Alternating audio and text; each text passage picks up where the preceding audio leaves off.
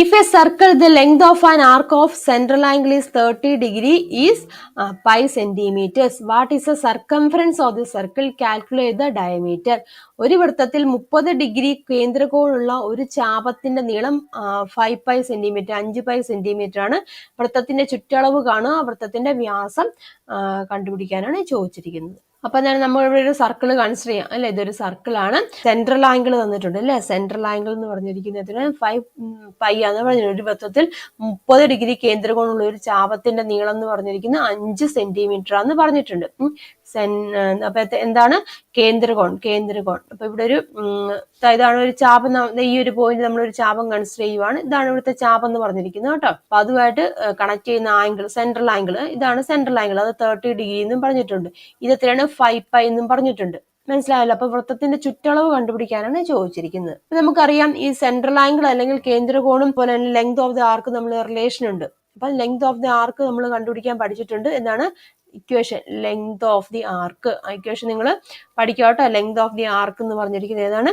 ഈ angle, suppose ഈ angle എന്ന് പറഞ്ഞാൽ എക്സ് ആണെന്നുണ്ടെങ്കിൽ, ഈ ആംഗിൾ എക്സ് ആണെന്നുണ്ടെങ്കിൽ ഇക്വേഷൻ വരുന്നത് x divide by 360 into circumference എന്നാണ് കേട്ടോ വരുന്നത്. X divide by 360 into circumference എന്ന് വരും. നിങ്ങൾ പഠിച്ചിട്ടുള്ളതാണല്ലോ equation. Length of the arc ആണെന്നുള്ളത് ആ പർട്ടിക്കുലർ ആംഗിൾ കേന്ദ്രകോൺ അല്ലെ, അല്ലെങ്കിൽ എന്താണ് central angle divide by 360 into circumference എന്നാണ് പറഞ്ഞിരിക്കുന്നത്. ഇവിടെ എന്താണ്? ആർക്കിന്റെ ലെങ്ത് തന്നിട്ടുണ്ട്. അപ്പൊ ഇതിലേക്ക് നമുക്ക് സബ്സ്റ്റിറ്റ്യൂട്ട് ചെയ്യാലോ. ആർക്കിന്റെ ലെങ്ത് 5 പി ആന്ന് തന്നിട്ടുണ്ട്. സെൻട്രൽ ആംഗിൾ ഇല്ലേ എക്സ് എന്ന് പറയുന്നത് എത്രയാണ്? 30 ആണെന്നും പറഞ്ഞിട്ടുണ്ട്. അപ്പൊ എന്ത് കണ്ടുപിടിച്ചാൽ മതി? സർക്കംഫറൻസ് കണ്ടുപിടിച്ചാൽ മതിയല്ലോ. ഇത് കണ്ടുപിടിച്ചാൽ പോരെ. അപ്പൊ ഈ ഇക്വേഷനിലേക്ക് തന്നെ നമുക്ക് സബ്സ്റ്റിറ്റ്യൂട്ട് ചെയ്യാം. അത് length of the arc 5 pi ആന്ന് തന്നിട്ടുണ്ട്. ആംഗിൾ എത്രയാണ്? 30 ഡിഗ്രി എന്ന് പറഞ്ഞിട്ടുണ്ട്. Divide by 360 into circumference. സർക്കംഫറൻസിന് ഞാൻ സി എന്ന് അങ്ങ് ഇടുവാണ് കേട്ടോ.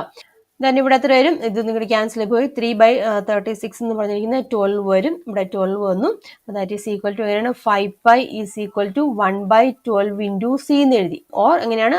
12 into 5 pi 12 into 5 pi is equal to C എന്ന് വരും അല്ലേ. അപ്പൊ സർക്കംഫറൻസ് എല്ലാം കണ്ടുപിടിക്കാൻ ചോദിച്ചിരിക്കുന്നത്. അപ്പം സർക്കംഫറൻസ് എന്ന് പറഞ്ഞ സി എത്രയാണ്? 60 പൈ എന്ന് വന്നു. അപ്പം 60 പൈ സെന്റിമീറ്റർ ആണ് അവിടുത്തെ സർക്കംഫറൻസ് എന്ന് പറഞ്ഞിരിക്കുന്നത്. ഇനി എന്താണ് പറഞ്ഞിരിക്കുന്നത്? വൃത്തത്തിന്റെ വ്യാസം കണ്ടുപിടിക്കാനാണ് ചോദിച്ചിട്ടുണ്ട് അല്ലെ. ഡയമീറ്റർ കണ്ടുപിടിക്കാൻ ചോദിച്ചിട്ടുണ്ട്. അപ്പൊ എന്താണ്? നമുക്കറിയാം സർക്കംഫറൻസ് എന്ന് ഇവിടെ നമുക്ക് കിട്ടി 60 പൈ എന്ന് കിട്ടി. സർക്കംഫറൻസിന്റെ ഇക്വേഷൻ കാണാനുള്ള ഇതാണ് പൈ ഡി ആണല്ലേ. സർക്കംഫറൻസ് കാണാനുള്ള ഇക്വേഷൻ പൈ ഡി ആണ് ഇല്ലേ. അപ്പം നമുക്കറിയാം ഈ പൈ ഡി എന്ന് പറഞ്ഞിരിക്കുന്നത് എത്ര നമുക്ക് ഇവിടെ കിട്ടി? 60 എന്ന് വന്നല്ലോ. സർക്കംഫറൻസ് ഇവിടെ 60 പൈ എന്ന് ഇവിടെ വന്നു. അപ്പം ഈ പൈയും ക്യാൻസൽ ആയിപ്പോ അപ്പൊ ഡി ഈസ് ഈക്വൽ ടു എത്രയാണ്? 60 എന്ന് വന്നു.